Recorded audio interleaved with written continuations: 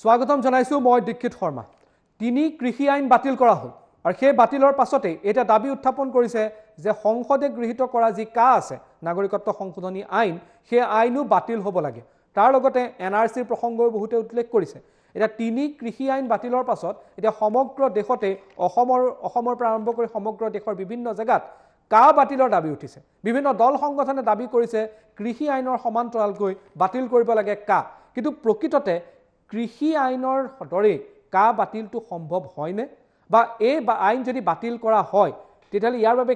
কেনে ধৰণৰ ব্যৱস্থা ল'ব লাগিব বা এই দাবীটো কিমান যুক্তিসংগত এই প্ৰশ্নও বিভিন্নজনে উত্থাপন কৰি আছে। আৰু এই বিষয়টো লৈ আজি আমি কথা পাতিব বিচাৰিছোঁ যে কৃষি আইন বাতিলৰ পাছতেই কেইবাটাও ইছলামিক সংগঠনৰ পৰা আৰম্ভ কৰি দল সংগঠনৰ পৰা আৰম্ভ কৰি বহু ৰাজনৈতিক দলৰ পৰা আৰম্ভ কৰি বিভিন্ন ৰাজনৈতিক বিচাৰধাৰাৰ পৰা আৰম্ভ কৰি অৰাজনৈতিক যি মঞ্চ আছে সেই মঞ্চটো বিভিন্নজনে এই দাবী উত্থাপন কৰিছে যে কা এতিয়া যাব লাগে। কিন্তু কা যি প্ৰত্যাহাৰ কৰিব লাগে যি দাবী আছে সেই দাবী কেন্দ্ৰই মানিবনে? যদি মানে তেতিয়াহ'লে তাৰ বাবে কি পৃষ্ঠভূমি হ'ব বা কৃষি আইন বাতিল কৰাই কা বাতিলৰ পৃষ্ঠভূমি হৈ পৰিব নেকি? এই সমগ্ৰ বিষয়ত কথা পাতিবৰ বাবে বৰ্তমান মোৰ লগত কেইবাজনো অতিথি আমাৰ ষ্টুডিঅ'ত উপস্থিত আছে। মোৰ লগত বৰ্তমান আছে জ্যেষ্ঠ সাংবাদিক নৱ ঠাকুৰীয়া আছে। নৱ ঠাকুৰীয়া ডাঙৰীয়া, আপোনাক স্বাগতম জনাইছোঁ। তেজপুৰৰ পৰা মোৰ সৈতে সংযুক্ত হৈছে আমছুৰ সাধাৰণ সম্পাদক ইমতিয়াজ আহমেদ। আপোনাক স্বাগতম জনাইছোঁ। তাৰ লগতে মোৰ লগত আছে সদৌ অসম ছাত্ৰ সন্থাৰ মুখপাত্ৰ আছে প্ৰকাশ দাস। আপোনাক ক্ষমা কৰিব, উপদেষ্টা প্ৰকাশ দাস, আপোনাক স্বাগতম জনাইছোঁ। তাৰ লগতে মোৰ লগত আছে অধ্যাপক জ্ঞানেন্দ্ৰ বৰ্মন। আপোনালোক চাৰিজনকে স্বাগতম জনাইছোঁ। মই প্ৰথমে অকণমান ক্ষমা খুজিব বিচাৰিছোঁ প্ৰকাশ দাস, আপোনাৰ ডেজিগনেশ্যনটো কোৱাত মোৰ অলপ ভুল হ'ল, তাৰ বাবে আপুনি যাতে বেয়া নাপায়। মই এই গোটেই সমগ্ৰ বিষয় প্ৰথমে মই আগবাঢ়িব ওলাইছোঁ, তেজপুৰলৈ যাব বিচাৰিছোঁ। ইমতিয়াজ আহমেদ, আপোনাৰ ওচৰলৈ যাব বিচাৰিছোঁ। মই ইমতিয়াজ আহমেদৰ সৈতে পৰৱৰ্তী সময়ত আমি সংযুক্ত হ'ম। তেওঁৰ লগত কিছু যোগাযোগ বিচ্ছিন্ন হৈছে আমাৰ হাতত। মই প্ৰথমেই সদৌ অসম ছাত্ৰ সন্থাৰ ওচৰলৈ বৰ্তমান আহিব বিচাৰিছোঁ। প্ৰকাশ দাস, কি কয় আপোনালোকে? কা আপোনালোকেও বিৰোধিতা কৰি আছিল, এতিয়া কৃষি আইন বাতিল কৰাৰ সমান্তৰালকৈ কা বাতিলৰ দাবী উত্থাপন হৈছে। কৃষি আইন তিনিখনকৈ কৃষি আইন যোৱাকালি প্ৰধানমন্ত্ৰীয়ে ৰাজহুৱাভাৱে বক্তব্য ৰাখি সমগ্ৰ দেশবাসীৰ ওচৰত ক্ষমা খুজি তিনিখন বিতৰ্কিত যি কৃষি আইন আছিলে বাতিল কৰাৰ কথা ইতিমধ্যে ঘোষণা কৰিছে। আৰু এই আইনকেইখন অহা সংসদ অধিৱেশনত বিধিসন্মতভাৱে কৰিম বুলি কৈছে। আৰু তাৰ পিছতো কিন্তু কৃষক যি সংগঠন আছে, কৃষক সংগঠনে গোটেই বিষয়টো সম্পূৰ্ণভাৱে সাংবিধানিক প্ৰক্ৰিয়াৰে যেতিয়ালৈকে এই আইন বাতিল নহ'ব আৰু কৃষকৰ যিখিনি অধিকাৰ এইখিনি যেতিয়ালৈকে সম্পূৰ্ণভাৱে ঠিক সিদ্ধান্ত নহ'ব তেতিয়ালৈকে এই আন্দোলন বাতিল নহ'ব বুলি ইতিমধ্যে কৃষকৰ যি নেতৃত্ব, কৃষক আন্দোলনৰ নেতৃত্ব লোৱা নেতৃত্বসকলে এই কথা স্পষ্ট কৰিছে। আৰু এই আন্দোলনৰ ওচৰত ভাৰতবৰ্ষৰ প্ৰধানমন্ত্ৰীয়ে নতাশিৰ কৰিছে। অৰ্থাৎ যোৱা কিছু বছৰ ধৰি বিজেপি চৰকাৰখনে কোনো গণতান্ত্ৰিক পন্থৰ যিটো আন্দোলন বা যি গণতান্ত্ৰিক পন্থৰে যি ধৰণৰ প্ৰতিবাদ সাব্যস্ত কৰে জনসাধাৰণে, কোনো গণতান্ত্ৰিক পন্থৰ প্ৰতি সন্মান জনোৱা যেন পৰিলক্ষিত হোৱা নাছিল। এই কৃষক আন্দোলন ওচৰত সৈমান হৈছে, ইয়াৰ কেইবাটাও কাৰণ আছে। কৃষক আন্দোলনো কম দিন চলা নাই, প্ৰায় 14টা মাহ কৃষক আন্দোলন হৈছিলে আৰু দিনে নিশাই হৈছিলে আৰু প্ৰায় 700জন কৃষক শ্বহীদ হৈছিলে আৰু কৃষকৰ ওপৰেৰে গাড়ী চলোৱাই দিয়া হ'ল, মৃত্যুবৰণ কৰিব লগা হ'ল। সাংঘাতিকভাৱে এটা অত্যাচাৰী মনোভাৱেৰে বিজেপি নেতৃত্বাধীন চৰকাৰখনে জনসাধাৰণক অতিষ্ঠ কৰি পেলালে। আৰু অসমৰ ক্ষেত্ৰত ভাৰতবৰ্ষৰ প্ৰধানমন্ত্ৰীয়ে বাংলাদেশী টালি টোপোলা বান্ধি যাব লাগিব বুলি কৈছিলে। সেই সময়ত এটা গাইডলাইন ডেট দিছিলে যে 26 মে'ৰ পিছত টালি টোপোলা বান্ধি বাংলাদেশী যাব লাগিব অসমৰ পৰা। আৰু সেই কথাত আশ্বস্ত গৈ অসমৰ মানুহে সেই সময়ত ভোট দিলে, বিজেপি চৰকাৰ আহিলে। চৰকাৰ অহাৰ পিছত অসমৰ মানুহে 6 বছৰ আন্দোলন কৰিছিলে, অসম চুক্তি হৈছিলে, 860ৰো অধিক শ্বহীদ হৈছিলে আৰু লাখ লাখ আবাল বৃদ্ধ পুলিচ মিলিটাৰী নিৰ্যাতন ভুগিব লগা হৈছিল। তাৰ পিছত এখন অসম চুক্তি হৈছিলে। অসম চুক্তি স্পষ্টভাৱে কোৱা হৈছিলে যে 71 চনৰ পিছত হিন্দু হওক মুছলমানে হওক বিদেশী বহিষ্কাৰ আৰু চিনাক্তকৰণ কৰি অসমৰ পৰা বিদেশী বহিষ্কাৰ কৰিব লাগিব কিন্তু দুৰ্ভাগ্যজনক কথা যে অসমত কাৰ নিচিনা এখন সাম্প্ৰদায়িক অসাংবিধানিক এখন আইন জাপি দিলে তাৰ পিছত সমগ্ৰ অসমৰ মানুহে আন্দোলনৰ এনেধৰণে আন্দোলন কৰিলে হয়তো আমাৰ আমি অসম আন্দোলনৰ সম্পূৰ্ণ দেখা নাছিলোঁ কিন্তু আমি যিখিনি সময়ত কা আন্দোলন দেখিলোঁ এই আন্দোলন কিন্তু সাংঘাতিকভাৱে সমগ্ৰ অসমৰ জনসাধাৰণে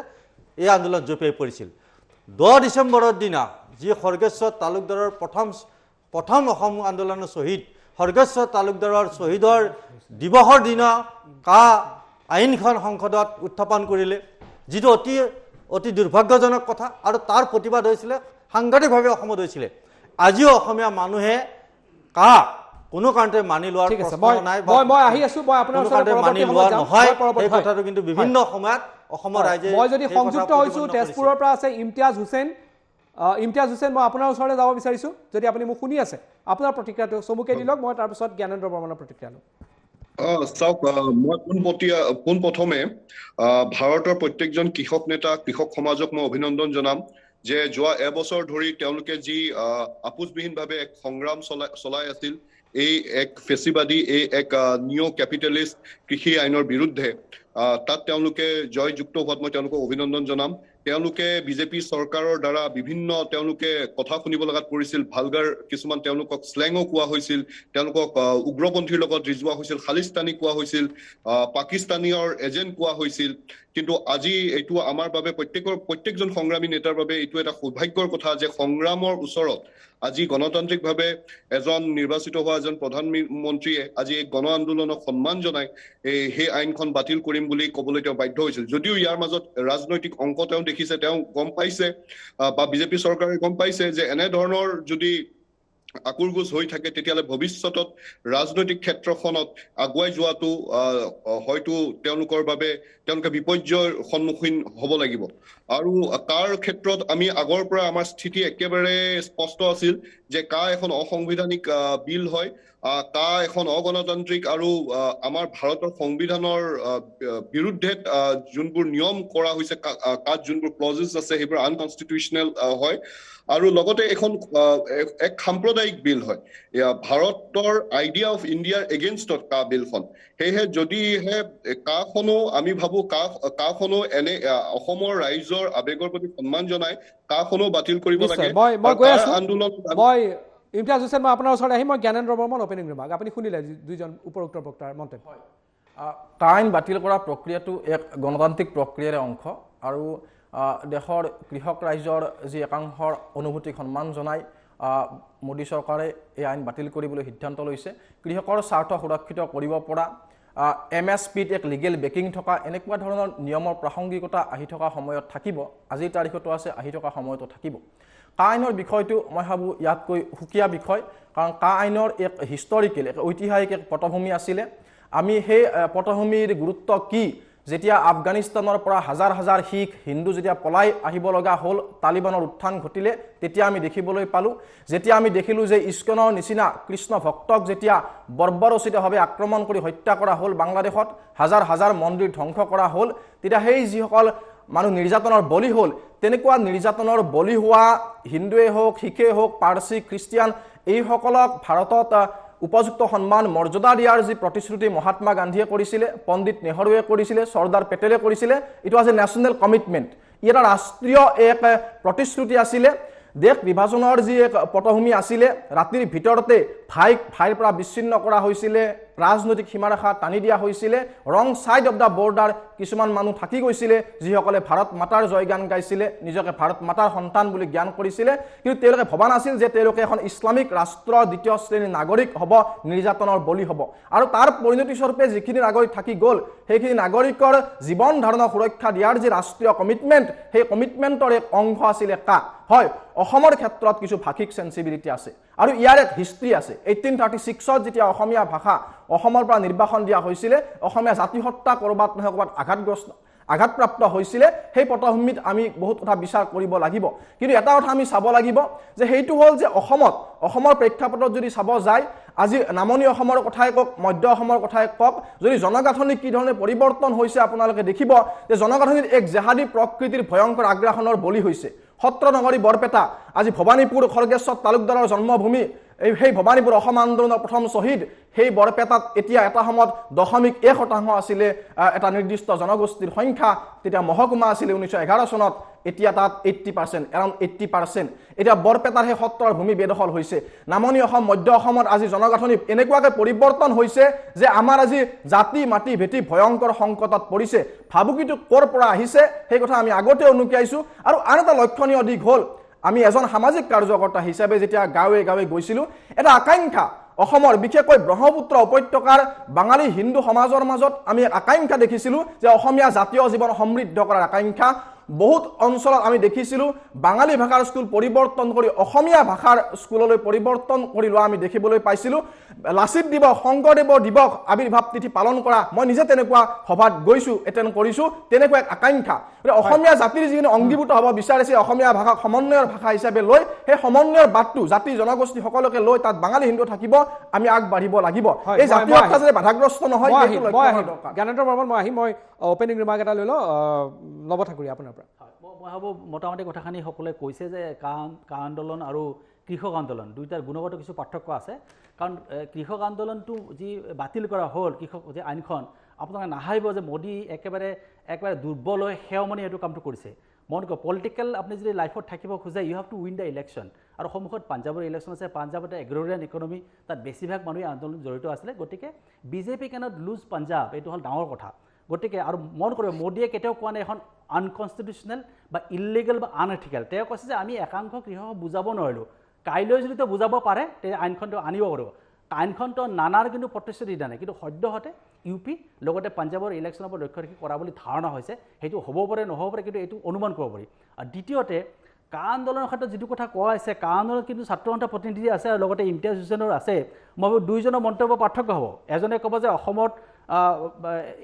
71ৰ পিছত কোনো আহিব নালাগে কিন্তু ইমতিয়াজৰ কথাটো হয়তো বেলেগকৈ ক'ব যে এখন ছেকুলাৰ নহয় বুলি শব্দটো ক'ব অৰ্থাৎ কা আন্দোলনৰ যদিও আন্দোলনকাৰী অসমৰ আন্দোলনকাৰী মানে কা বিৰোধী আৰু ভাৰতবৰ্ষৰ অন্য প্ৰান্তৰ আন্দোলনকাৰীৰ মাজত গুণগত পাৰ্থক্য আছে সেইটো স্পষ্ট কিন্তু কৰাটো খুব জৰুৰী যে কি কাৰণে কা নালাগে এজনে ক'ব যে কা যিহেতু 71ৰ পিছত কোনো বিদেশীক আমি সমৰ্থন নকৰোঁ গতিকে আমাক নালাগে কিন্তু এজনে ক'ব যে যিহেতু ছেকুলাৰ নহয় তাতে বিশেষ গতি জড়িত নহয় তাৰ কাৰণে আমি নাই গতিকে এই দুটা প্ৰশ্নৰ উত্তৰটো খুব জৰুৰী আৰু মই ভাবোঁ ডাঙৰ সমস্যা হ'ল যে যিকোনো আন্দোলনৰ পটভূমি সৃষ্টি হয় হ'ব পাৰে কৃষক আন্দোলনৰ এটা সফলতাৰ পিছত এক ধৰণৰ সফলতা বুলি কৈছোঁ মই সম্পূৰ্ণ মাৰ্ক এতিয়ালৈকে দিয়া নাই তাৰপিছত আন্দোলনৰ পটভূমি নিঃসন্দেহে ডেমক্ৰেটিক পাৰ্টি আন্দোলন হ'বই হ'ব কিন্তু কথা হ'লকে তাৰ সফলতা বা তাৰ যিটো লেজিটিমেচি সেইটো কিমান থাকিব সেইটো কিন্তু চিন্তা কৰিব লাগে হয় মই ইমতিয়াজ হুছেইন আপোনাৰ ওচৰলৈ আহিছোঁ নিশ্চিতভাৱে নৱ ঠাকুৰীয়ে যিটো কথা ক'লে কৃষক আন্দোলনৰ প্ৰেক্ষাপট আৰু কা আন্দোলনৰ প্ৰেক্ষাপট দুটা বেলেগ বেলেগ সেই ক্ষেত্ৰত আপোনালোকৰ দৃষ্টিভংগী কি বিচাৰে আপোনালোকে চাওক নৱ ঠাকুৰীয়া ডাঙৰীয়াই এটা প্ৰিজিউম কৰি কৈছিল হয়তো ভাষ্য বেলেগ বেলেগ হ'ব কিন্তু তাৰ ক্ষেত্ৰত আমি দেখিছোঁ বাকী সংগঠনৰ লগত আমাৰ মত প্ৰায় একেই আৰু এইটো কথা আমি স্পষ্ট কৰি দিওঁ যে আৰম্ভণিৰ পৰা আমি কৈ আহিছোঁ যে 25 মাৰ্চ 1971ৰ যোনটো কাট অফ ডেট সেই কাট অফ ডেটটোত আমি গোটেই অসমখনৰ লগত আমিও মানি লৈছোঁ আৰু তাৰ পাছত হিন্দুৱে হওক মুছলমানেই হওক অসমত আহিবলৈ দিব নোৱাৰে আৰু তাক লৈ আমি নিজৰ স্পষ্টতা বাৰম্বাৰ আমি আমাৰ বক্তব্য ৰাখি আহিছোঁ আৰু কাৰ পটভূমি বা কৃষক আইনৰ পটভূমি বেলেগ হোৱাটো বেলেগ অলপমান হ'লেও হয় নোহোৱা নহয় কিন্তু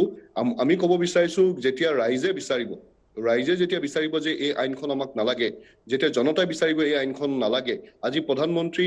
নৰেন্দ্ৰ মোদী ডাঙৰীয়াই যোৱাকালি নিজৰ বক্তব্যত কৈছে যে আইনখন এতিয়াও ভাল বুলিয়ে ভাবে মুঠবত কনভিন্স কৰিবলৈ নোৱাৰিলে কনভিন্স কৰিবলৈ নোৱাৰাৰ বাবে ৰাইজৰ দাবীৰ ওচৰত তেওঁ নতশিৰ হ'ল একে হিচাপে কাখন যিমানেই ভাল নহওক বুলি জ্ঞানন্দ বৰ্মনে কওক অসমৰ ৰাইজে সেই কাখন বিচৰা নাই অসমীয়া সেই কাখন বিচৰা নাই আৰু সেয়েহে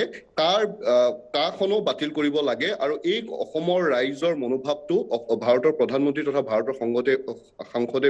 সংসদে বুজি লৈ এই আইনখনো উইথড্ৰ কৰিব লাগে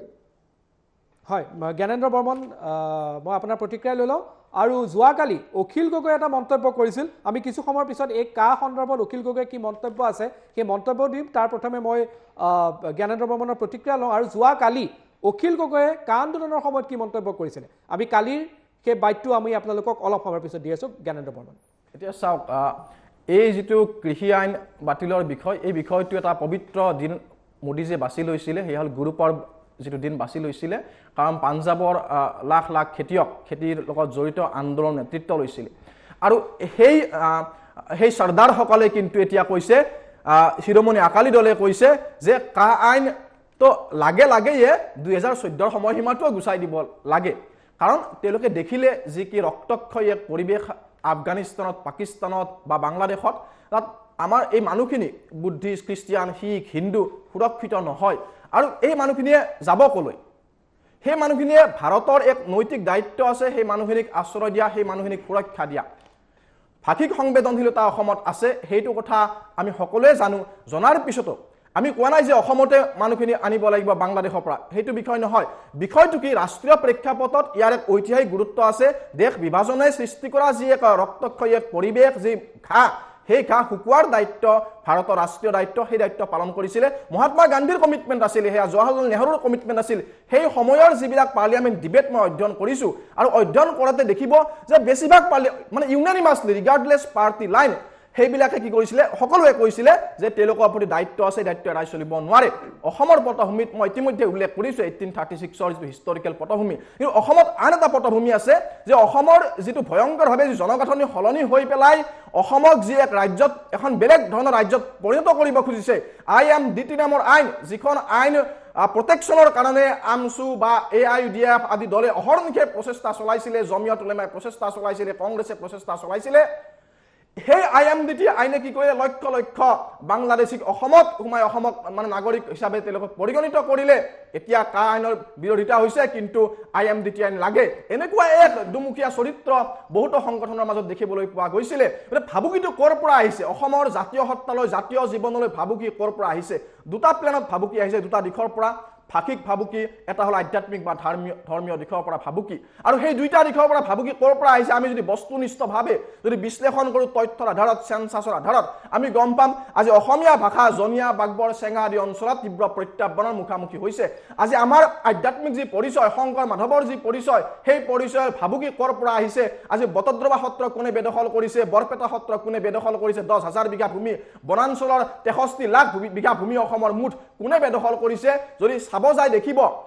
most যদি হৰিশংকৰ ব্ৰহ্ম কমিটি মই কোট কৰিছোঁ শব্দটো as it is কি most of the encroachers are immigrant Muslims so এইটো হল ফ্যাক্ট এই ফ্যাক্টটো স্বীকাৰ কৰি পেলাই আমি আগবাঢ়িব লাগিব অসমৰ প্ৰতি অসমলৈ যি লক্ষ লক্ষ বাঙালী হিন্দু আহিব বুলি যেটা এটা প্ৰচাৰ চলোৱা হৈছিল বাস্তৱত ৰাইজে দেখিলে তেনেকুৱা বাঙালী হিন্দু কোনো অসমলৈ অহা নাই অহাৰ অৱকাশ নাই মই দেখিছোঁ মই প্ৰকাশ দাসৰ ওচৰলৈ যাম মই এটা সবু প্ৰতিক্ৰিয়া এই গোটেইখিনি ইমতিয়াজ হুছেইনে দিব বিচাৰিছে মই লৈ লৈছোঁ ইমতিয়াজ হৈছে তাৰপিছত মই প্ৰকাশ দাস জ্ঞানন্দ বৰ্মন ডাঙৰীয়া ইয়াত আপোনালোকে অধ্যাপক হিচাপে তেওঁক পৰিচয় দিছে কিন্তু তেওঁৰ মন্তব্যবোৰ শুনি সম্পূৰ্ণ ৰূপে এজন বিজেপিৰ মুখপাত্ৰ যেনহে লাগে এতিয়া কথা হল যে কোনে কি ভাবুকি আনিছে তেওঁ চাগে অলপ ইতিহাসৰ কথা ক'লে কিন্তু ইতিহাসৰ যদি অলপমান মেলি চাই তেতিয়াহ'লে আপোনালোকে গম পাব যে 1931 চনত যোনখন সেন্সাছ হৈছিল সেইখন সেন্সাছত অসমীয়া হিচাপে কওঁতে কিমান % লোকে অসমত অসমীয়া হিচাপে পৰিচয় দিছিল আৰু বেংগলীৰ সংখ্যা কিমান আছিল তাৰ পিছৰ মুহূৰ্তত যেতিয়া এছাম লোকে যাক আজিৰ তাৰিখত মিয়া বাংলাদেশী বা আন গালিৰে তেওঁলোকক সম্বোধন কৰি থকা হৈছে তেওঁলোকে যেতিয়া নিজক অসমীয়া হিচাপে পৰিচয় দিয়া গ'ল তেতিয়া কিন্তু অসমীয়া ভাষাটো অসমত মেজৰিটি হৈ ৰৈ গ'ল সেইখিনি কথা তেওঁ পাহৰিবলৈ নালাগে দ্বিতীয়তে এটা কথা কৈছো এই যি অসমীয়া মানুহ তেওঁ অলপ আগত ক'লে যে অমুক মানুহখিনিয়ে অসমীয়া হ'ব বিচাৰি আছে হেৰি কৰিছে স্কুলবোৰৰ বঙালী ভাষাৰ পৰা অসমীয়া কৰিবলৈ বিচাৰিছে কিন্তু এটা কথা স্পষ্ট কৰি দিওঁ যে অসমৰ মুছলমানসকলে যোনেই নহওক তেওঁলোকে আৰম্ভণিৰ 1930-40 চনৰ পৰাই সেই অঞ্চলবোৰত অসমীয়া ভাষাই আছে আৰু তেওঁলোকে আজিৰ তাৰিখলৈকে নিজক অসমীয়া হিচাপে পৰিচয় দি আছে আৰু তৃতীয়তে এটা কথা কওঁ হয় সত্ৰৰ কৰবাত মাটিবোৰ বেদখল হৈছে এইবোৰ জানি বুজি কৰা বেদখল নে বাধ্য পৰিকাৰণে কৰবাত বেদখল হৈছে আজি মই বেলেগ কথা নকওঁ তেজপুৰৰ ওচৰতে নিকামুল সত্ৰ আছে ইয়াতো মাটি বেদখল হৈছে ইয়াত কোনো মুছলমানে বেদখল কৰা নাই মই এইখিনি কথা ক'ব বিচাৰো যে এইখিনি মানুহ বিশেষকৈ যোনখিনি পূৰ্ববংগীয় মূলৰ মানুহখিনি আহি কাৰণে অসমত আছিল সেইখিনি মানুহ ব্ৰহ্মপুত্ৰ আৰু ইয়াৰ উপনৈসমূহৰ কিনাৰতহে তেওঁলোকে বসবাস কৰিছিল কিন্তু আমি প্ৰত্যেকে জানো কিমান লাখ হেক্টৰ মাটি যোৱা 3-4টা দশকত সেই মাটিখিনি ব্ৰহ্মপুত্ৰৰ বুকুত যা গ'ল তাৰ পাছত সেই মানুহখিনি ক'ত গৈছিল ৰাষ্ট্ৰৰ যোনটো দায়িত্ব আছিল এখন ৱেলফেয়াৰ ষ্টেটত সেইখিনি মানুহক পুনৰ সংস্থাপন কৰিব লাগিছিল চৰকাৰে যেতিয়া সংস্থাপন নকৰিলে মই প্ৰতিক্ৰিয়া লৈ মই প্ৰকাশ দাসৰ ওচৰলৈ আহিছোঁ মই আহিছোঁ ইমতিয়াজ হুছেইন মই যাম মই প্ৰকাশ দাসৰ পৰা লৈ লৈছোঁ গোটেইখিনি প্ৰতিক্ৰিয়া তাৰপিছত মই কৈছে যে এইখিনি মানুহক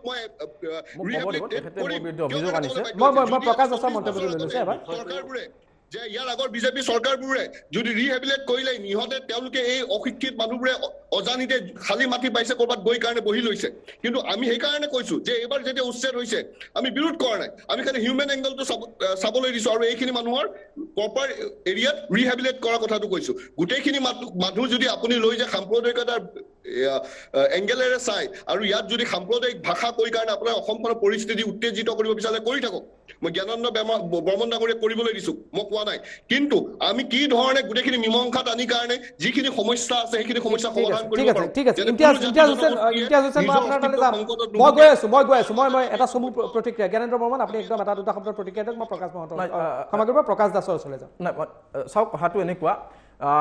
নিৰপেক্ষভাৱে বস্তুনিষ্ঠভাৱে বস্তু কথাটো বিশ্লেষণ কৰিব লাগিব এজন অসমীয়া হিচাপে মই মোৰ ভাষা জননী সুৰক্ষা দিবলৈ মই দায়বদ্ধ এজন নাগৰিক হিচাপে মই এটা কথা দুখেৰে অনুভৱ কৰিছোঁ যে যিখিনি মানুহে অসমীয়া বুলি আজি যাক বহুতে মিয়া বুলি কয় সেই মানুহখিনিৰ কনষ্টিটুৱেঞ্চিবোৰত কিয় তেওঁলোকে অসমীয়া ভাষা পৰিত্যাগ কৰি বাংলা ভাষা গ্ৰহণ কৰিলে সেই অঞ্চলবিলাকৰ পৰা কিয় এক মিয়া ডিছক'ৰ্চ ডেভেলপ কৰি অসমীয়া জাতি হত্যাক অপমান কৰাৰ কাম কিয় কৰিলে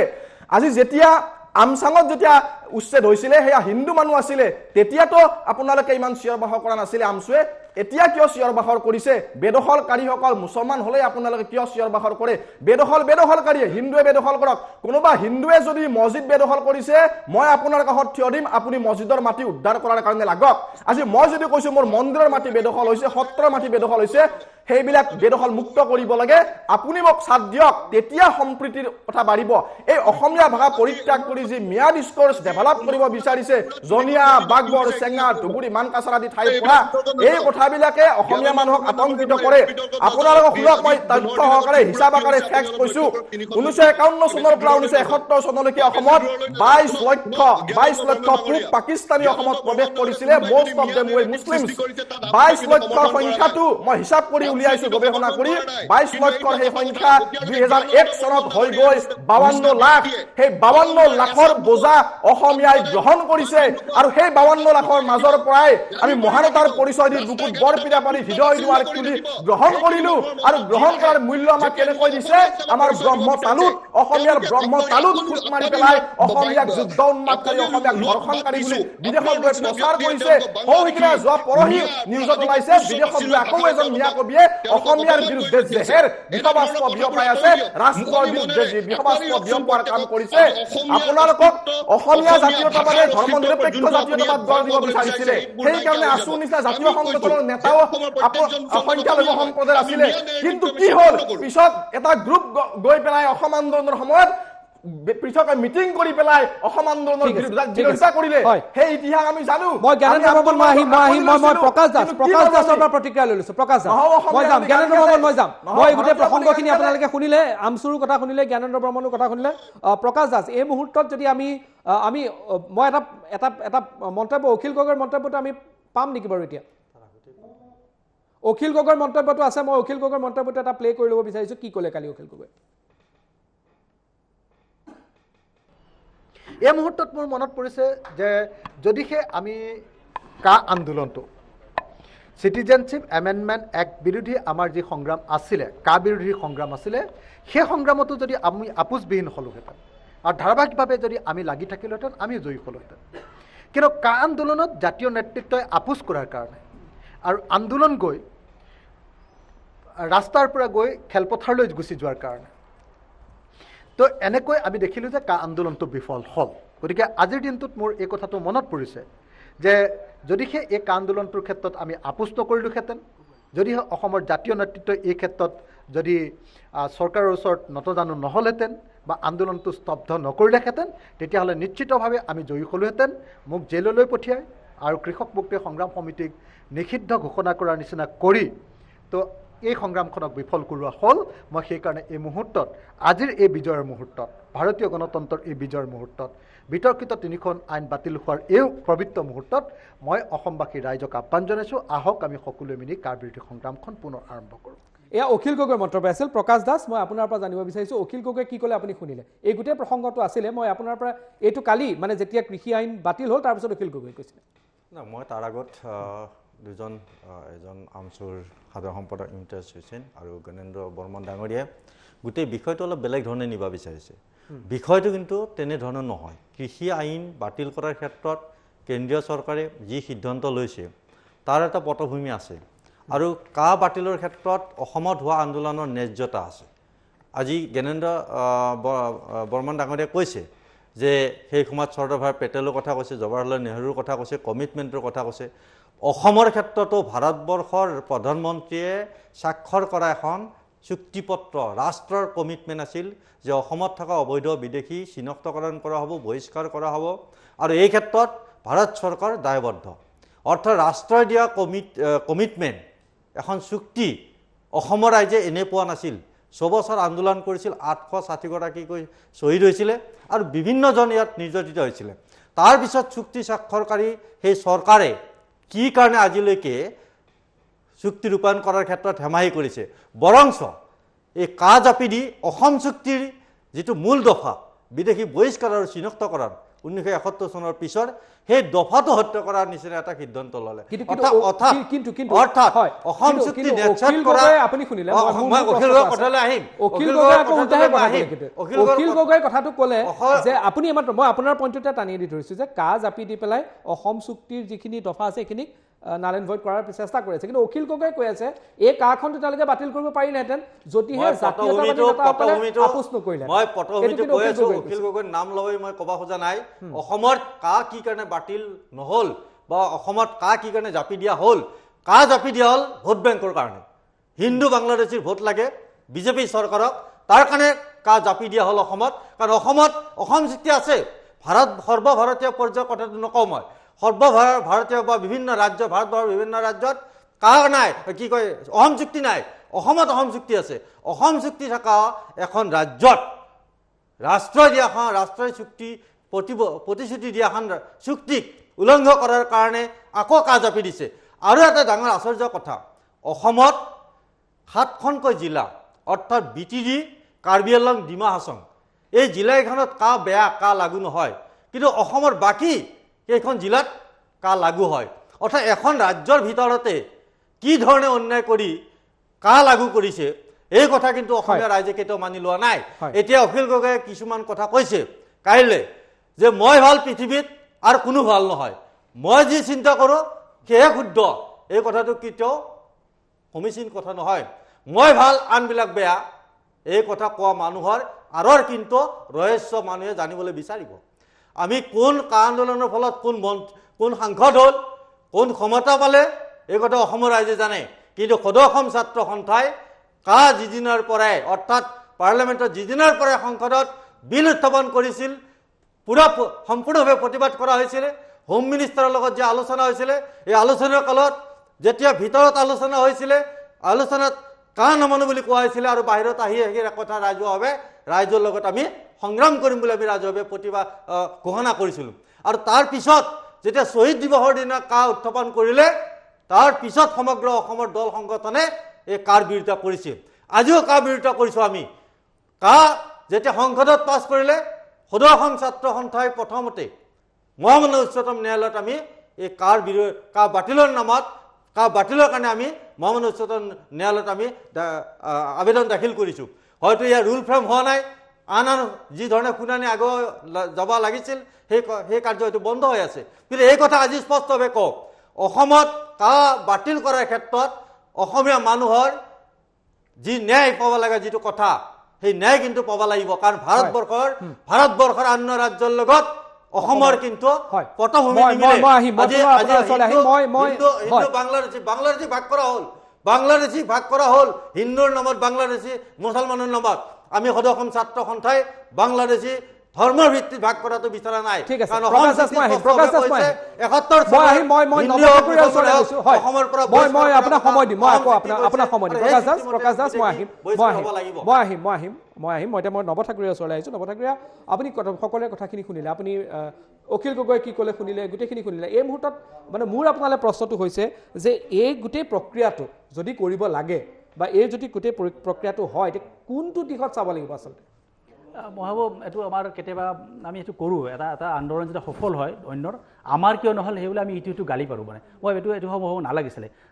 কৃষক আন্দোলনৰ কৃষকবিলাকে কি সমস্যা তেওঁলোকে ঠাণ্ডা গৰম ক'ভিড তেওঁলোকে পাৰ কৰিছে লকডাউন তেওঁলোকে পাৰ কৰিছে তাৰপিছত কিন্তু কিছু সংখ্যক কৃষক কিন্তু তাত থাকিয়ে গ'ল তেওঁলোকে দিনৰ পিছত দিন ৰাতিৰ পিছত ৰাতি তেওঁলোকে থাকি গ'ল সেইটো সেই হঠাতে তেওঁলোকৰ নাই নেকি এইটো হ'ল প্ৰথম কথা আৰু মই ভাবোঁ এটা বিশেষ পৰিস্থিতিত তেওঁলোকৰ যিটো এক মুহূৰ্তৰ কাৰণে জয় হ'ল তাৰ কাৰণে আমি আজি অসমত ইটো সিটোক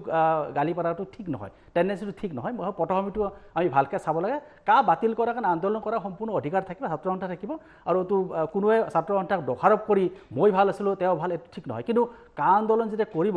মাইনাছ অসম কা ইমপ্লিমেণ্ট হ'ব পাৰে নেকি এইটো ছাত্ৰ সন্থা হয়তো ক'ব পাৰিব যে অসমখন কিয় থ'ব লাগে অনবৰত অসমক কিয় আপোনালোকে বজা দি আছে গতিকে কিন্তু কা আন্দোলনটো যিহেতু চৰকাৰে ইতিমধ্যে ইমপ্লিমেণ্ট কৰিলে আৰু দক্ষিণ ভাৰতত তাৰতো কোনো প্ৰভাৱ নাই দক্ষিণ ভাৰতৰ মানে এই বস্তুটো সম্পৰ্কত তেওঁলোকে নুবুজিব তেওঁলোকে হৃদয়ংগ নকৰিব গতিকে এটা হ'ব পাৰে যে CA বাতিল হ'ব লাগে বা CA যদি বাতিল নহয়ও অসমক বাদ দি তাৰ ইমপ্লিমেণ্ট হ'ব লাগে এই ধৰণৰ এটা হয়তো মধ্যম পন্থাত হ'ব পাৰে মই ভাবোঁ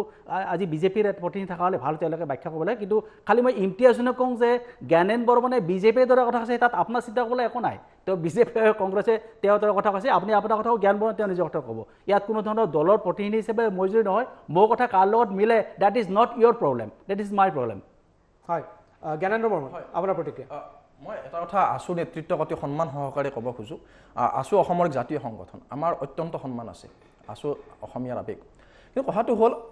অসম চুক্তিক নেহৰু লিয়াকত চুক্তি অনুসৰি যিখিনি ইয়াৰ পৰা গুচি গৈছিলে দেশ বিভাজনৰ সময়ত সেইখিনিক ঘূৰাই বহুত মানুহ ঘূৰি আহিলে নেহৰু লিয়াকত চুক্তি অনুসৰি আৰু সেইখিনিক ভোটাৰ লিষ্টত অন্তৰ্ভুক্ত নকৰাৰ কথা অসম চুক্তিত লিখা আছিলে সেই মানুহখিনিক গ্ৰহণ কৰা নহ'ব কিন্তু সেই মানুহখিনিৰ নাতি পুতিক NRCৰ যি কণ্ডিশ্যন সেই কণ্ডিশ্যনে NRCত অন্তৰ্ভুক্ত কৰি ল'লে অৰ্থাৎ অসম চুক্তি যিটো ভাইলেশ্যন সেইটো NRCত হ'ল আৰু সেই NRCত আছু ষ্টেক হোল্ডাৰ এই কথাখিনি অকণমান বিবেচনা কৰিব লাগে কাৰণ লক্ষ নাম এই NRCত সোমাই গ'ল এইটো কথাৰ কাৰণে কাৰণ সেইটো কথা নাছিলে অসম চুক্তি অনুসৰি সেই মানুহখিনিক ভোটাধিকাৰ দিয়াৰ কথা নাছিলে কিন্তু NRCত কেনেকৈ ভোটাধিকাৰ দিয়া হ'ল কিয় সেইটো গ্ৰহণ কৰি লোৱা হ'ল এই কথাটো আছু নেতৃত্বই আছুৰ সন্মানীয় নেতৃত্বই পুনৰ বিবেচনা কৰিব লাগে অসমৰ স্বাৰ্থ আগত নিজৰ আমি সকলোৱে দলীয় স্থিতিটো গুৰুত্বপূৰ্ণ নহয় মই ভাবোঁ অসমৰ স্বাৰ্থটো প্ৰধান গুৰুত্বপূৰ্ণ হ'ব লাগে হয় অসম চুক্তি এটা সন্মানীয় এখন চুক্তি অসম চুক্তিত কিছুমান কথা এতিয়া যদি কাৰ্বিসকলে যদি এতিয়া কয় আমি অসমীয়া নহয় তেওঁলোক আমি অসম চুক্তি অনুসৰি সুৰক্ষা নিদিম নেকি মোৰ বোধেৰে অসমীয়া হিচাপে মই কৈছোঁ আমি দিব লাগিব গতিকে মোৰ ক'ব বিচৰা কথা এইটো যদি আমি কিছু একমোডেট কৰিবলৈ যদি দুই এটা শব্দ দুই এটা টাৰ্মিনলজি অন্তৰ্ভুক্ত কৰিব লাগে সেইটো কৰিব লাগে অসমৰ বৃহত্তৰ স্বাৰ্থ আগত ৰাখি পেলাই মই ইতিমধ্যে এটা কথা কৈছোঁ যে অসমত লিংগুইষ্টিক সেন্সিবিলিটি আছে ভাষিক উদ্বিগ্নতা আছে আমাৰ কিন্তু আন এটা উদ্বিগ্নতাও আছে সেইটো বহুতে ধৰ্ম নিৰপেক্ষতাৰ নামত এড্ৰেছ কৰিব নিবিচাৰে আৰু মই সেনেকুৱা ব্যক্তি নহয় মই সঁচাটো সঁচা বুলি ক'ম তথ্যৰ ভিত্তিত ক'ম এইটো কথাও সঁচা এজন অসমীয়া হিচাপে মই দুখ পাওঁ যেতিয়া মই গৱেষণা কৰি পেলাই তথ্য উদ্ঘাটন কৰি দেখিবলৈ পাওঁ যে 22 লাখতকৈ অধিক পূব পাকিস্তানী অবৈধ অনুপ্ৰৱেশকাৰীক কিন্তু কি কৰা হ'ল তেওঁলোকক অসমীয়া মানে অসমৰ ভাৰতৰ নাগৰিক হিচাপে গ্ৰহণ কৰি লোৱা হ'ল যেতিয়া আমি 71 চনটো মানি ল'লোঁ সেই বিষয়টো এটা সুপ্ৰিম কোৰ্টত বিচাৰাধীন হৈ আছে সেই বিষয়ে সৰ্বোচ্চ ন্যায়ালয়ে যি ৰায়দান দিব 51 কৰিলে আমি মানিব লাগিব 71 কৰিলে আমি মানিব লাগিব গতিকে কিছুমান কথা এই সকলোবিলাক দিশ সাঙুৰি পেলাই আমাৰ উদ্বিগ্নতাটো ক'ত আমাৰ উদ্বিগ্নতাটো আমাৰ ভাষাটো ৰক্ষা কৰিব লাগিব আমাৰ ধৰ্মটো ৰক্ষা কৰিব লাগিব আমাৰ অসমীয়া জাতীয়তা ৰক্ষা কৰিব লাগিব কিন্তু জাতীয়তা ৰক্ষাটো কেনেকৈ হ'ব যিখিনি আজি বাংলাদেশৰ পৰা যি বাঙালী হিন্দু আহিব বুলি কোৱা হৈছে এইটো অহা নাই আমি দেখা নাই আৰু তথ্য সহকাৰে আপোনালোকে যদি আৰ্কাইভত গৈ কিছুমান তথ্য উলিয়াই লয় কিমান বিদেশী আহিলে কিমান বিদেশী খেদিলে গোটেই তথ্য মোৰ লগত আছে সেই বিষয়ে স্পেচিয়েল আলোচনা হ'লে মই তথ্যবিলাক দাঙি ধৰিম আৰ্কাইভৰ পৰা যিবিলাক গৱেষণা কৰি অনা তথ্য কিন্তু আন এটা কথা চাব আপুনি অসমৰ প্ৰতি ভাবুকি ক'ৰ পৰা আহিছে আজি শ্বহীদ মোজাম্মিল হকক লৈ আমি গৌৰৱ কৰোঁ মোজাম্মিল হকে ভাষা আন্দোলনৰ শ্বহীদ কিন্তু মোজাম্মিল হকৰ ঘৰৰ কাষত যিখন এতিয়া আৰবীয় মাদ্ৰাছা ডেভেলপ হৈছে য'ত অসমীয়া ভাষা নিৰ্বাসন দিয়া হৈছে আমাৰ উদ্বিগ্নতা তাত আছে সেই উদ্বিগ্নতা যেতিয়া আপোনালোকে এড্ৰেছ নকৰি পেলাই আপোনালোকে এটা ৰাইজৰ সন্মুখত সকল সেকুলাৰ নেৰেটিভ প্ৰডিউচ কৰি থাকিব আৰু ভিতৰি আপোনালোকে মিয়া নেৰেটিভ ডেভেলপ কৰি অসমীয়াক বদনাম কৰিব অসমীয়াক সাবভাৰ্ট কৰিব এইটো গ্ৰহণযোগ্য নহয় অসমীয়া জাতীয়তাবাদ ধৰ্মনিৰপেক্ষ ইনক্লুসিভ পথেৰে আগবাঢ়িব খুজিছিলে আৰু সেই পথেৰে আগবাঢ়োতে আমি আব্দুল মালিকক আমি সাহিত্যসভাৰ সভাপতি পাতিছো আসুৰ সৰ্বোচ্চ নেতাও আজি সংখ্যালঘু সমাজৰ পৰা হৈছিলে আমাৰ উদ্বিগ্নতা কোড হয় এই যিসকলক মনিষীৰ মৰ্যাদা দিলো গ্ৰহণ কৰিলো সেই সকলে যেতিয়া কবিতা লিখে নহও অসমীয়া নহও ভাৰতীয় আমাৰ উদ্বিগ্নতা তাত হয় যেতিয়া আমি দেখিবলৈ পাওঁ আসুৰ নিচিনা জাতীয় সংগঠন সৰ্বোচ্চ মৰ্যাদা দিছিলে কিন্তু যেতিয়া আমি দেখিবলৈ পাওঁ অসম আন্দোলন চলি থকা সময়তে জেবি কলেজত গৈ পেলাই বৈঠক কৰে এটা গ্ৰুপে বৈঠক কৰি আসুৰ নেতৃত্বক অসম আন্দোলনক সাবভাৰ্ট কৰিবলৈ প্ৰয়াস কৰে এই ইতিহাসবিলাক অধ্যয়ন কৰিলে আমাৰ বুকুত দুখ লাগে যেতিয়া আমি দেখিবলৈ পাওঁ দেশ বিভাজন হৈ যোৱাৰ পিছতো আপোনালোকে পঢ়িব এছেম্বলিৰ ডিবেটবিলাক আমি পঢ়িছো যেতিয়া প্ৰথম বিধায়ক গোপীনাথ বৰদলৈয়ে যিখন বিধেয়ক আনিছিলে গুৱাহাটী ইউনিভাৰ্চিটি বিল আনিছিলে সেই বিলখনত সেই সময়তো দেশ বিভাজন হৈ যোৱাৰ পিছতো তেতিয়া এই সংখ্যালঘু বিধায়কসকলে থিয় দি সহজৰে কৈছিলে তাত আমাক ৰিলিজিয়াছ ৰিজাৰ্ভেশ্যন লাগিব দেশ বিভাজন হৈ যোৱাৰ পিছতো কয় যে আমাৰ গুৱাহাটী ইউনিভাৰ্চিটিতো ৰিলিজিয়াছ ৰিজাৰ্ভেশ্যন লাগিব আমাৰ উদ্বিগ্নতা তাত মই ইমতিয়াজ হুছেইনৰ ওচৰলৈ গৈছো মই জ্ঞানেন্দ্ৰ বৰ্মন আহিম মই ইমতিয়াজ হুছেইন হয় এই গোটেই প্ৰক্ৰিয়া এই গোটেই জ্ঞানেন্দ্ৰ বৰ্মনৰ আপুনি কথাখিনি শুনিলে আপুনি প্ৰতিক্ৰিয়া কি দিব বিচাৰিব এই মুহূৰ্তত এটা কিন্তু প্ৰশ্ন উত্থাপন হৈ আছে কা বাতিলৰ আপোনালোকে দাবী কৰিছে কৃষক আন্দোলন বা কৃষি আইনৰ সমান্তৰালকৈ কা মানে বাতিলৰ যি দাবী আছে বা কা উঠাই লোৱাৰ দাবী আছে এইটো কিমান যুক্তিসংগত হ'ব পাৰে আৰু জ্ঞানেন্দ্ৰ বৰ্মনে যিখিনি ক'লে আপুনি কি ক'ব ইয়াত মোৰ তেওঁৰ কথা গোটেইখিনি মই ইমান ভালকে মই শুনি নাপালো কাৰণ তেওঁ বহু বিষয় লৈ চুই গ'ল কিন্তু যোনটো তেওঁ কথা ক'লে যে গুৱাহাটী ইউনিভাৰ্চিটিত ৰিলিজিয়াছ বেচিছত ৰিজাৰ্ভেশ্যন লাগে চাওক আমি ৰিলিজিয়াছ বেচিছত ৰিজাৰ্ভেশ্যনৰ কথা কোৱা নাই কিন্তু এইটো কথাও সঁচা কথা যে বিভিন্ন মই কৈ দিছোঁ ইমতিয়াজ হুছেইন 1 মিনিট ৰ'ব মই তেওঁ গুৱাহাটী ইউনিভাৰ্চিটিত আমচুৱে বিচাৰিছে বুলি কোৱা নাই তেওঁ আপুনি ইতিহাসৰ কথাই কৈছে আমচুৱে গুৱাহাটী ইউনিভাৰ্চিটিত বিচাৰিছে বুলি কোৱা নাই এতিয়া কথা হ'ল চাওক সেইবোৰ কথা কোনোবাই ছ'চিঅ' ৰিলিজিয়াছ ছ'চিয়েল ডেভেলপমেণ্টৰ কাৰণে সেইখিনি সময়ত হয়তো এইটো কথা অনুভৱ কৰিছিল কিন্তু এইটো কথা আমি অমান্তি হ'ব নোৱাৰো আমি প্ৰত্যেকে জানো যে আজিৰ তাৰিখত যদি গুৱাহাটী ইউনিভাৰ্চিটিত আপুনি পাৰ্টিচিপেশ্যন চাই কিমান ল'ৰা ছোৱালী তাত পঢ়ি আছে সেই ক্ষেত্ৰত আব্দুল মান্নান ছাৰে দিয়া এটা পৰিসংখ্যা অনুযায়ী যে গুৱাহাটী ইউনিভাৰ্চিটিত অকল 3% লোক ছাত্ৰহে ৰিলিজিয়াছ মাইনৰিটিজৰ পৰা আছিল এটা সময় আৰু ছায়েন্সৰ ক্ষেত্ৰতো ছায়েন্স ডিপাৰ্টমেণ্টতো ছায়েন্সৰ বিষয়বোৰতো তাতোকৈ কম তে এইবোৰ বিষয় যে ইমতিয়াজ হুছেইন এটা কথা মই কৈ দিম ইমতিয়াজ হুছেইন আপুনি শুনি লওক এক মিনিট শুনি লওক কমিটিৰ হয় ইমতিয়াজ হুছেইন আপুনি শুনিছেনে মোক কমিটি বা ৰংগনাথ মিশ্ৰ ইমতিয়াজ হুছেইন আপুনি মোক শুনা পাইছেনে শুনিছে আপুনি মোক ইনইকুৱেলিটি এটা আছে ডেভেলপমেণ্টৰ নাই ইমতিয়াজ হুছেইন হয় আপোনাৰ চাগে বুজাত অসুবিধা হৈছে ইমতিয়াজ হুছেইন আপুনি মোক শুনা পাইছেনে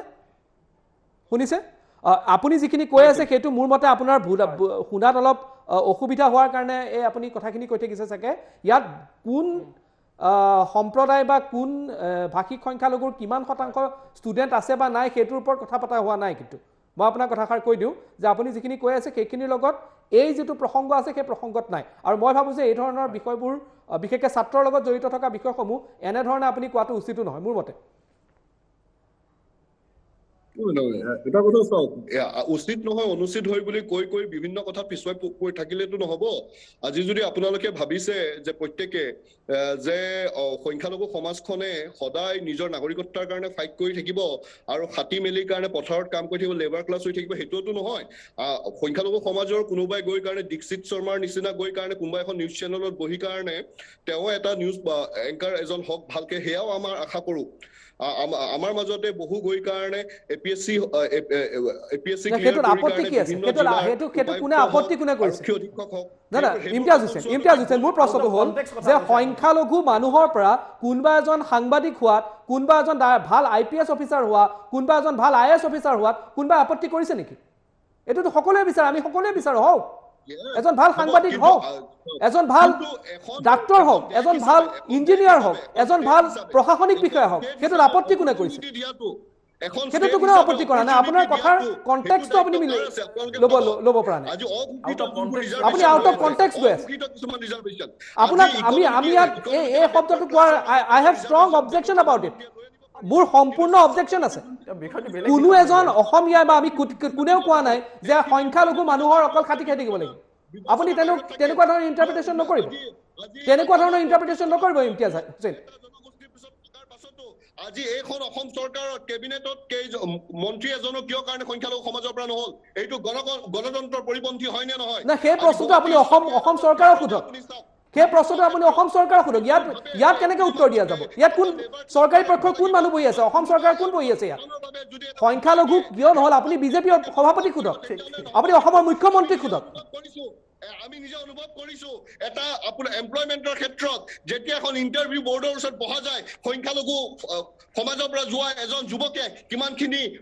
কিমানখিনি তেওঁলোকে এপ্ৰিচিয়েশ্যন পায় সেইটো ইন্টাৰভিউ বোৰ্ডত যোৱা 10 বছৰত মই বিজেপি বাদ দিছো কংগ্ৰেছৰ দিনতো চাওক আপুনি যোৱা 10 15 20 25 বছৰত আপুনি চৰকাৰী চাকৰি কিমানে আবেদন কৰিছিল কিমানে চাকৰি পাইছে চাওক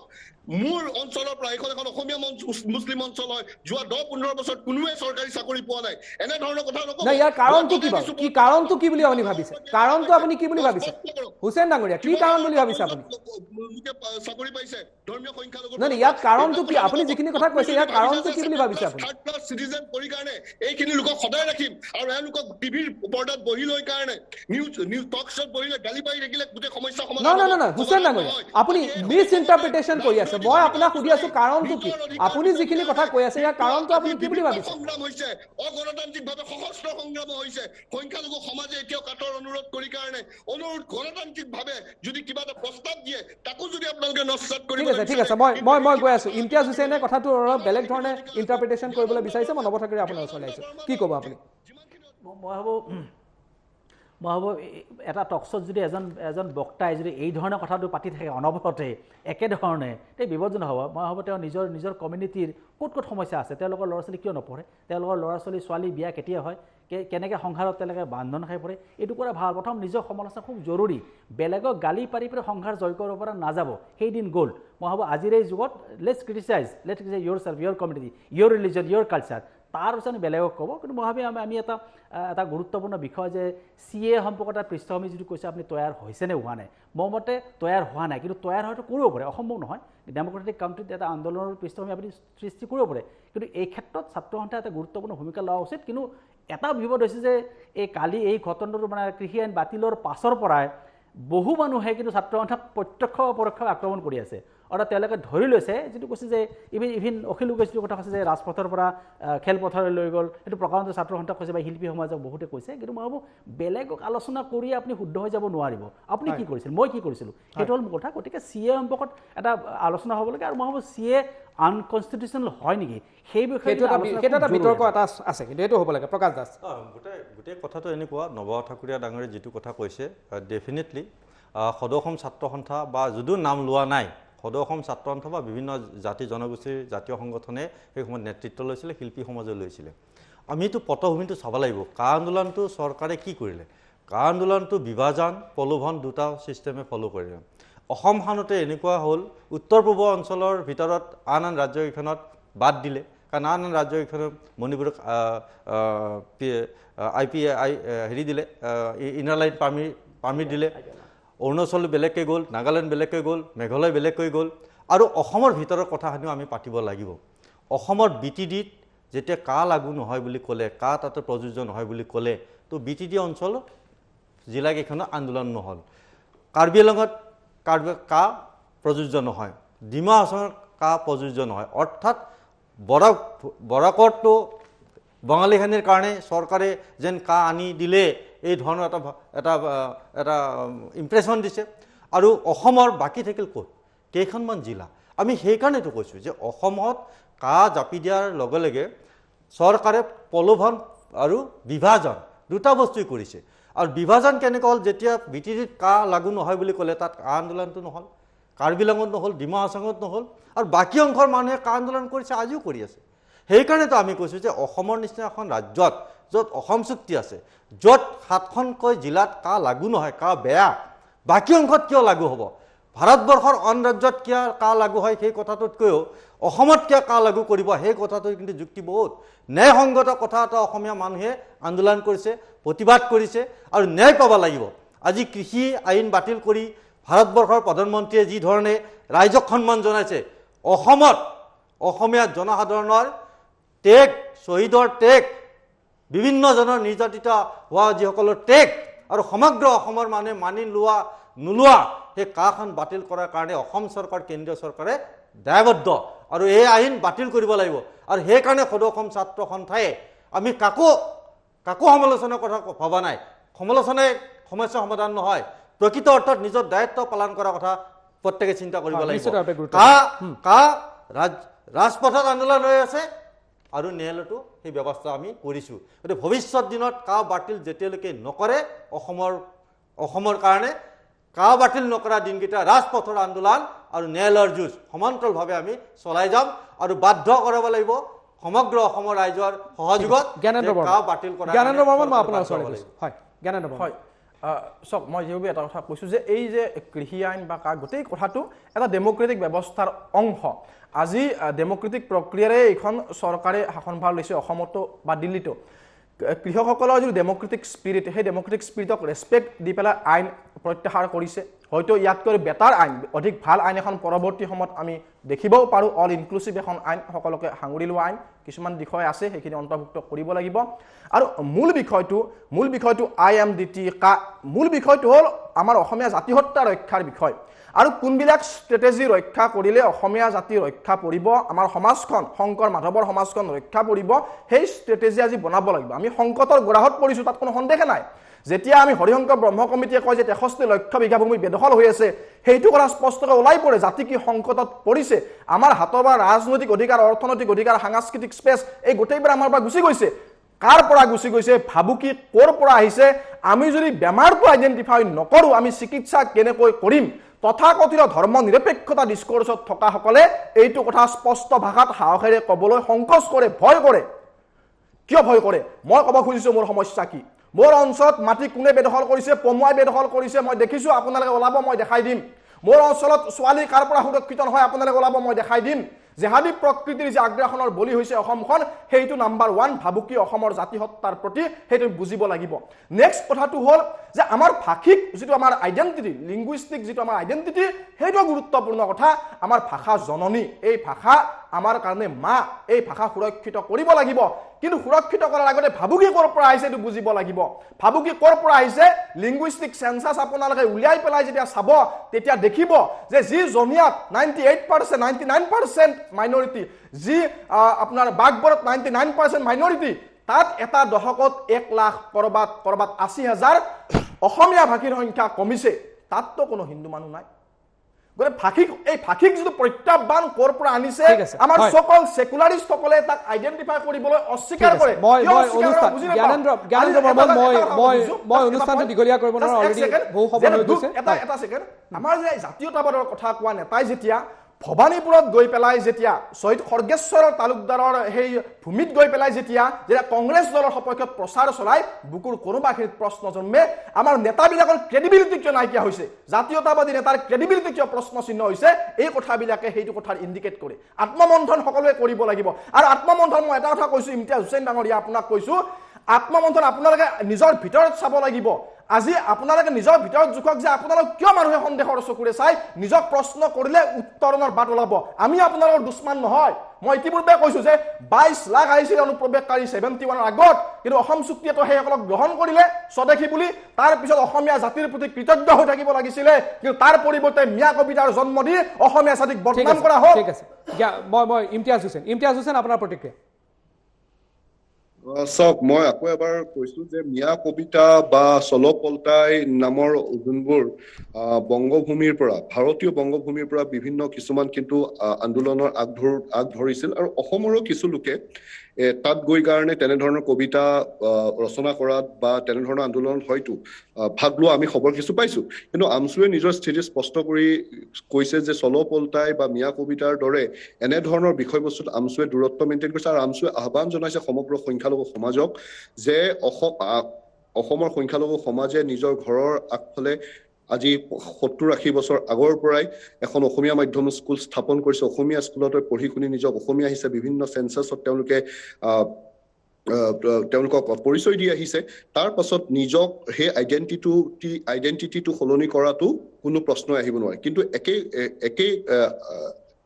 একেলগে আমি আৰু এটা কথা ক'ব লাগিব যে কোনোবাই অসমীয়া হিচাপে পৰিচয় দি থকাৰ পাছতো যদি এনে ধৰণৰ গালিগালাজ শুনি থকা যায় বাংলাদেশী কথা শুনি থকা যায় হয়তো এছাম লোকৰ মাজত যি এটা অনুভৱ আহে তাৰ অনুভৱ আহি কাৰণে কৰবাত এটা তেওঁলোকে কিছুমান সিদ্ধান্ত লৈছে চাগে কিন্তু সেয়াও সীমিত বা বাকবৰ বা জনিয়াৰ কথা যদিও আপুনি কৈছে কিন্তু এইটো কথা জ্ঞানন্দ বৰ্মন ডাঙৰীয়াৰ ভাষ্যতে কিন্তু প্ৰকাশ পাইছে যে কিছু সংখ্যা ইফাল হৈছে কিন্তু অৰ্থাৎ তাত 100%ৰ ওচৰা-ওচৰি 99% সংখ্যালঘু সমাজৰ লোক থকাৰ পাছতো তেওঁলোকে নিজক অসমীয়া হিচাপে পৰিচয় দি আহিছে অলপহে ডিফাৰেন্স এটা আহিছে বুলি তেওঁ কৈছে কিন্তু আমাৰ বিশ্বাস যে সেইখিনি মানুহে নিজক অসমীয়া হিচাপে ভৱিষ্যততো পৰিচয় দি যাব আৰু এটা কথা স্পষ্ট কৰি কৈ দিছো যে ভাষাৰ প্ৰতি অসমৰ প্ৰত্যেকজন অসমীয়াৰ লগতে অসমৰ মুছলমানসকলৰ হিমানখিনি দায়বদ্ধতা আছে আৰু অসমৰ মুছলমানসকলে নিজক অসমীয়া হিচাপে পৰিচয় দি অসমীয়া সাহিত্যক কি ধৰণে উন্নতি সাধন কৰিব পৰা যায় তাৰ হৈ কিন্তু কাম কৰি যাব আৰু আমছুৱে এই ক্ষেত্ৰত লাগি যাব আৰু সোশ্যালি যোনখিনি কাম আপোনালোকে জানে যে ইউনেস্কোটো আমছুৰ যোনবোৰ বাল্য বিবাহৰ ক্ষেত্ৰত আমি যোনখিনি কাম কৰিছো সেই ইউনেস্কোৰ ফালৰ পৰাও আমাক ফলাগ লৈছিল আৰু আমি বাল্য বিবাহৰ ক্ষেত্ৰত আমি এইটো স্পষ্ট কৰিছো আজি গাঁৱে ভূঞে আপোনালোকে সোমাই যাওক কোনোবা বাল্য বিবাহৰ কথা চিন্তা নকৰে পুলিচতকৈ আগত চিন্তা কৰে যে আমছুৰ কৰ্মী আহি যাব আৰু আমছুৱে পুলিচৰ লগত সহায় কৰি কিমান হয়তো ইয়াৰ হৈছে আপোনালোকে হয়তো এই ক্ষেত্ৰত যদি অলপমান মানে ৰিচাৰ্চ কৰে গম পাব নিশ্চিতভাৱে প্ৰশংসনীয় পদক্ষেপ মই অনুষ্ঠান শেষ কৰিব লাগিব দীঘলীয়া কৰিব নোৱাৰো ইমতিয়াজ হুছেইন মই হয় এটা বা দুটা শব্দত আপোনাৰ অন্তিম মন্তব্য দিয়ক তাৰপিছত মই ষ্টুডিঅ'ত আহিম আমি ঘৰে ঘৰে শিক্ষা আৰু তেতিয়াহে ৰক্ষা নামৰ এটা শ্লোগানেৰে আমি এটা এডুকেশ্যনেল মিছন ষ্টাৰ্ট কৰিছো একে তলৰ লেভেলত আমি সমাজৰ বৰমূৰীয়াবোৰক লৈ আন সংগঠনবোৰক লগত লৈও ধৰ্মগুৰুবোৰকো লগত লৈছো কাৰণ তেওঁলোকৰ কথাবোৰো মানুহে মানে তেওঁলোকক লৈ আমি ঘৰে ঘৰে শিক্ষাৰ পোহৰটো বিলাবলৈ আমি চেষ্টা চলাইছো আমি অনুভৱ কৰিছো কাৰণ আমি এতিয়া উদ্যোগৰ ক্ষেত্ৰত আমি ঘৰে ঘৰে সোমাই যাই দেখিছো প্ৰত্যেকে কিন্তু মাটি কিনিছেও এতিয়া তেওঁলোকে নাজানে যে এইবোৰ একচনীয়া মাটি সেইখিনি মাটি কোনে বেচিছে আমি জানো এই বৰচলাৰ ক্ষেত্ৰত আমি পাইছো প্ৰত্যেকৰ হাতত এখন কেঁচা দলিল আছে কিন্তু সেইখিনি যদিও এভিডেন্স হিচাপে এডমিছিবল নহয় তেওঁলোকে সেইবোৰ মাটিৰ ৰাজহ পৰ্যন্ত তেওঁলোকে আদায় কৰিছে সো এইবোৰ কথা আমি চাই কাৰণে কৈছো যদি নিশ্চিতভাৱে সকলো সচেতন হ'ব লাগিব মই ইমতিয়াজ আলী আপোনাক ধন্যবাদ জনাইছো ক্ষমা কৰিব ইমতিয়াজ হুছেইন মই আপোনাক ধন্যবাদ জনাইছো প্ৰকাশ দাস মই আপোনাৰ পৰা অন্তিম মন্তব্য লৈ বিচাৰিছো এটা বা দুটা কথা হয় অসমত বাংলাদেশী আছে বুলি যিটো দাবী বা বাংলাদেশী বহিষ্কাৰ হ'ব লাগে বুলি যিটো কথা সেই কথাটোৰ কোনোবাৰ যদি আপত্তি থাকে সেই কথাটো কিন্তু সেই আপত্তি আমি কেতিয়াও ভূক্ষেপ নকৰোঁ কাৰণ অসমত আজিও বাংলাদেশী আহি আছে চৰকাৰী তথ্য বাংলাদেশৰ পৰা ত্ৰিপুৰা হৈ চৰাইবাৰী যিটো কৰিমগঞ্জৰ যিটো আমাৰ অসমৰ যিটো সীমা তাত অসম চৰকাৰৰ বিশেষ আৰক্ষী সঞ্চালক প্ৰধান মুকেশ আগৰৱালাই স্বীকাৰ কৰি কৈছে যে এতিয়াও আমি বাংলাদেশী প্ৰতি এই কোভিডৰ সময়তো বাংলাদেশী আহিছে তাত 305জন বাংলাদেশী ধৰিছে আৰু তাৰ পিছত এতিয়াও যোৱা কমিটিৰ যি আমাৰ সভা আছিলে অসম চৰকাৰৰ 3জন কেবিনেট মিনিষ্টাৰ আছিলে তাত স্পষ্টভাৱে কোৱা হৈছে যে এতিয়াও বাংলাদেশী সাংঘাতিক ভয়ানকভাৱে আহি আছে অৰ্থাৎ অসমত বাংলাদেশী সমস্যাটো আগৰ পৰাই যি ধৰণে আছিলে তাতকৈ বহুত ভয়ানক হৈছে আজি এনআৰচিৰ বাংলাদেশীৰ নাম অন্তৰ্ভুক্ত হৈছে সেইকাৰণে আমি এনআৰচিখন পুনৰ ৰিএক্সাম কথা কৈছোঁ কাৰণ এখন বাংলাদেশী মুক্ত এনআৰচিয়ে বিচাৰিছিলোঁ তাত বাংলাদেশী নাম আমি কেতিয়াও নিবিচাৰোঁ আৰু খিলঞ্জীয়া অসমীয়া মানুহৰ নাম বাদ পৰিছে গতিকে খিলঞ্জীয়া অসমীয়া মানুহৰ নাম সন্নিৱিষ্ট আৰু অবৈধ বাংলাদেশীৰ যি নাম কৰ্তনেৰে এখন শুদ্ধ ৰাষ্ট্ৰীয় নাগৰিক পঞ্জী আমাক লাগিব আৰু আজিও যি সীমান্তৰে বাংলাদেশী তাৰ ক্ষেত্ৰত অসম চৰকাৰে কঠোৰ ব্যৱস্থা লোৱাৰ কাৰণে গ্ৰহণ কৰিব লাগে কাৰণ বাংলাদেশী অনুপ্ৰৱেশে খিলঞ্জীয়া অসমীয়া মানুহৰ পৰিচয় আৰু অস্তিত্ব বিপন্ন কৰিব সেই কথা জ্ঞানেন্দ্ৰ বৰ্মন এটা দুটা শব্দ অন্তিম মন্তব্য এটা দুটা প্ৰকাশ দাস ডাঙৰীয়া সম্পূৰ্ণ একমত এখন শুদ্ধ এনআৰচি লাগে আমাক বাংলাদেশী যুক্ত এনআৰচি নালাগে বাংলাদেশী মুক্ত এনআৰচি লাগিব আৰু এনআৰচিখন হ'ব লাগিব আমাৰ জাতিৰ ৰক্ষা কবচ এই সুৰক্ষা কবচ কুন্দৰী হ'ব লাগিব আৰু সেই কাৰণে এই এনআৰচিৰ যিটো ৰিভিজন সেইটো হ'ব লাগে, পুনৰীক্ষণ হ'ব লাগে, শুদ্ধ NRC আমাৰ লাগে যি জাতিক সুৰক্ষা দিব। আৰু একে সময়তে আমাৰ জনগাঁথনিৰ সুস্থিৰতাৰ বিষয়টো এৰাই চলিব নোৱাৰোঁ। ভয়ংকৰভাৱে জনগাঁথনি সলনি হৈছে। জনগাঁথনি সুস্থিৰ কৰাৰ দিশত জনসংখ্যা নিয়ন্ত্ৰণৰ কাৰণে যে কঠোৰ আইন যদি চৰকাৰে বনাব লাগে, আইন বনাব লাগে। আজি যিবিলাক অঞ্চলত ভয়ংকৰভাৱে ফাৰ্টিলিটি ৰেট হাই হৈ আছে সেইবিলাকত বন্ধ্যাকৰণ অভিযানৰ নিচিনা অভিযান চলাব লাগিব। যদি জাতিটো বচাব লাগে শক্তিশালী ব্যৱস্থা চৰকাৰে ল'ব লাগিব। জাতি মাটি ভেটি সুৰক্ষাৰ নিচিনা ব্যৱস্থা চৰকাৰে নিশ্চিতভাৱে ল'ব লাগিব। জ্ঞানেন্দ্ৰ বৰ্মন ধন্যবাদ জনাইছোঁ। নৱ ঠাকুৰী আপোনাৰ কনক্লুজন ষ্টেটমেণ্ট। মই ভাবোঁ NRCৰ যিটো মানে ৰিভিজন তাৰ দাবী ন্যায়সংগত। এইটো ছাত্ৰ সন্থাই হওক বা যিয়ে হওক এইটো কৰক, এইটো ন্যায়ালয়ৰ দৃষ্টিতে হওক। আৰু দ্বিতীয়তে খালি মই সৰু এটা কথা কৈছোঁ যে ছাত্ৰ সন্থাৰ নেতৃত্বই কেতিয়াবা এনেকৈ ভাবিব পাৰে নেকি যে CA মাইনাছ আছাম, অসম বাদ দি CA ইমপ্লিমেণ্টেশ্যন আমাৰ আপত্তি নাই, এই ধৰণৰ চিন্তা তেওঁলোকে কৰিব পাৰে নেকি বাৰু? এইখিনি কথা মই আপোনালোক কৈ ৰাখিলোঁ। হয়, ধন্যবাদ জনাইছোঁ আপোনালোক সকলোকে। ধন্যবাদ জনাইছোঁ। নৱ ঠাকুৰী আপোনাক ধন্যবাদ জনাইছোঁ। জ্ঞানেন্দ্ৰ বৰ্মন আপোনাক ধন্যবাদ জনাইছোঁ। ইমতিয়াজ হুছেইন আপুনি তেজপুৰৰ পৰা সংযুক্ত হ'ল, তাৰ বাবে আপোনাক ধন্যবাদ জনাইছোঁ। আৰু প্ৰকাশ দাস আপোনালোক সকলোকে ধন্যবাদ জনাইছোঁ। কি হয় নিশ্চিতভাৱে লক্ষণীয় হ'ব। এইটো বৰ ভাল কথা এটা কৈছে নৱ ঠাকুৰীয়ে যে মাইনাছ আছাম কা হ'ব পাৰে নেকি বা এনেকুৱা ধৰণৰ হ'ব পাৰে নেকি, বা NRC ক্ষেত্ৰতো বাংলাদেশী যুক্ত নহয়, বাংলাদেশী বা বিদেশী যুক্ত নহয়, বিদেশী মুক্ত হ'ব লাগে, ইয়াত কোনো আপত্তি নাই। কিন্তু এই সকলোসমূহ এটা লজিকেল কনক্লুজনত যাবৰ বাবে ক'ৰবাত নহয় ক'ৰবাত যে শিক্ষা আমি সকলোৱে ল'ব লাগিব, তাত মই নাভাবোঁ যে দ্বিমত থাকিব পাৰে। কাৰণ কা বাতিল কৰক বা কি কৰক কি নকৰক সেইটো বাৰু নিশ্চিতভাৱে সাংবিধানিক আৰু চৰকাৰী এটা প্ৰক্ৰিয়া হ'ব। কিন্তু এই কৃষক আন্দোলনে যি এটা ৰূপ ল'লে বা কৃষক আন্দোলনৰ পিছত যেনেধৰণৰ এটা স্থিতি ল'লে বা কৃষক আন্দোলনৰ বা কৃষক আইন প্ৰত্যাহাৰৰ অন্তৰালত নিৰ্বাচনেই হওক বা যিয়ে হওক, কিন্তু এটা লজিকেল কনক্লুজনত গ'ল। কিন্তু এনেধৰণৰ লজিকেল কনক্লুজন অসমৰ ক্ষেত্ৰত কিয় হ'ব সম্ভৱ নহয়, বা আজি 35-40 বছৰ হ'বলৈ হ'ল সেই চুক্তিখন কিয় ইমপ্লিমেণ্টেশ্যন হোৱা নাই তাৰো এটা লজিকেল কনক্লুজন অহা নাই। ৰাজনৈতিক সদিচ্ছা থাকক বা নাথাকক সেইটো পিছৰ কথা, কিন্তু এটা লজিকেল কনক্লুজন আমি জাতিটোকে আহিব নোৱাৰোঁ, সেইটো কিন্তু এটা নিশ্চিতভাৱে এটা বিবেচনা কৰিবলগীয়া বিষয়। মই আশা ৰাখিম যে কৃষক আন্দোলনৰ পিছত আমিও বহুত কথা শিকিব লগা আছে যে লজিকেল কনক্লুজনত কেনেকৈ লৈ যায়। 35-40 বছৰ যদি এখন চুক্তি ৰূপায়ণ নহয়, তেতিয়াহ'লে সেই চুক্তিখনৰ ৰূপায়ণ যে কেতিয়াবা হ'ব তাৰ কি ভেলিডিটিটো আছে, তাৰ আপুনিয়ে মই কি আশা কৰিব পাৰোঁ? যিজন মোৰে জন্ম অসম চুক্তি স্বাক্ষৰ কৰাৰ সময়ত হৈছিলে আৰু আজিলৈকে সেই অসম চুক্তি ৰূপায়ণে হোৱা নাই। তো এই অসম চুক্তি কেতিয়ালৈ ৰূপায়ণ হ'ব তাৰ উত্তৰ আমি কোনো নাজানো। গতিকে লজিকেল কনক্লুজনত এটা লৈ যোৱাটো নিঃসন্দেহে অত্যন্ত গুৰুত্বপূৰ্ণ এটা প্ৰশ্ন। টাইম এটৰ বিশেষ অনুষ্ঠানৰ পৰা মই ডিকেট শৰ্মাই বিদায় লৈছোঁ। ধন্যবাদ, নমস্কাৰ।